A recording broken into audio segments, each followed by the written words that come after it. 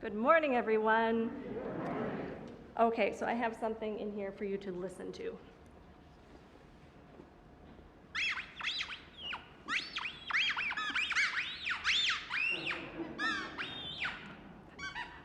Dog toys are such a terrible sound. They can be the most horrible thing. We hide them in our house when we get tired of listening to them because it's such an awful sound to our ears, but the dogs like it.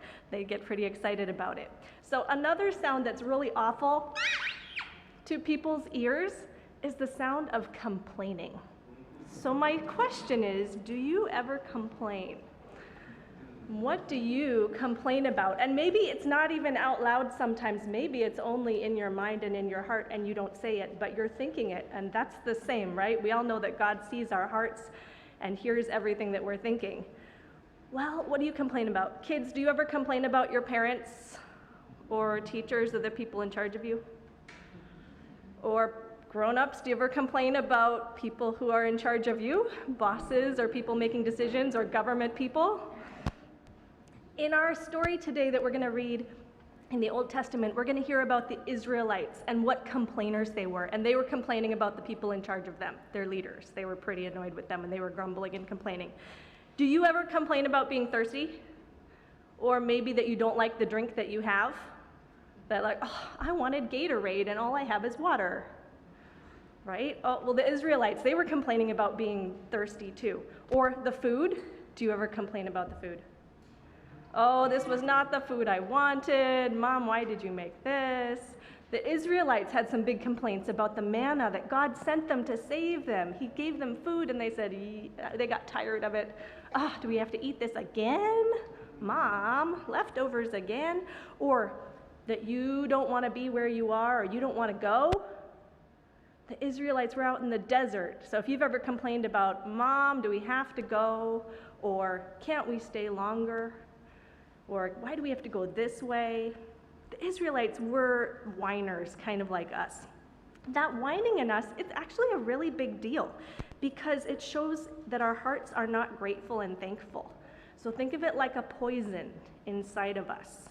It's the spiritual sickness of sin that's in us that shows that we're separated from God. And so now my question is, what do your parents do when you complain, or the people around you? Sometimes when my kids whine, I cover my ears or I put on music and I don't even listen. Right? Turn up the music louder in the car because I don't want to hear, are we there yet? Sometimes I do a little bit better job and I say, try again. What happens when I say try again?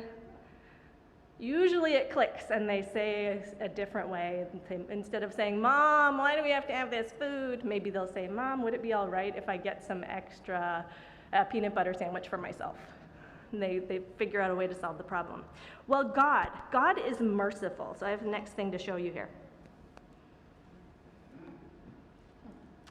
God is really merciful, and he says that attitude in your heart, that's not going to get you anywhere. He says, remember me, I made you, and I saved you, and I have a plan for you.